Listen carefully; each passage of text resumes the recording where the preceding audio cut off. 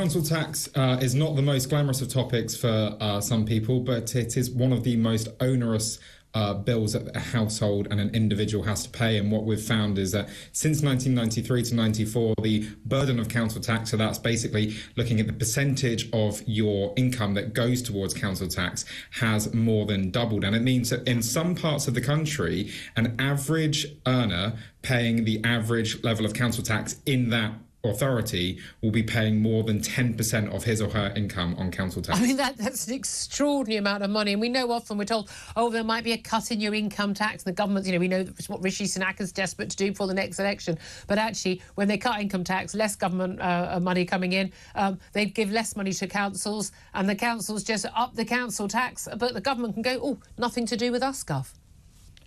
Well, yes, absolutely. And I think what this data hammers home is the extent to which councils need to get really, really serious on waste. We know that councils waste a huge amount of money.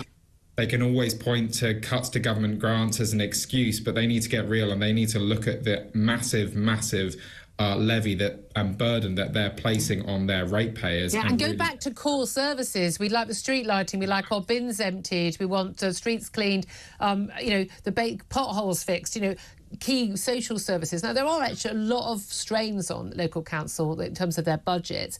But what you found, again, the key thing here is that actually it's a big variation in terms of different parts of the country. And in the poorer parts of the country, people are being hit harder.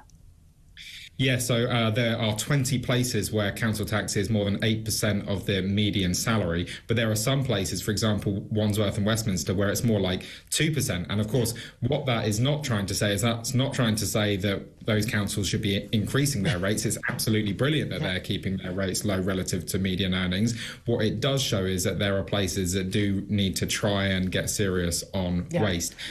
And again, there are lots of key services we do want them to provide, help carers for elderly. And as I say, there's other practical things like emptying the bins. But there is so much nonsense that councils spend money on. It might be a good idea also if everyone got back to work and answered the phones as well for those taxes we're paying them.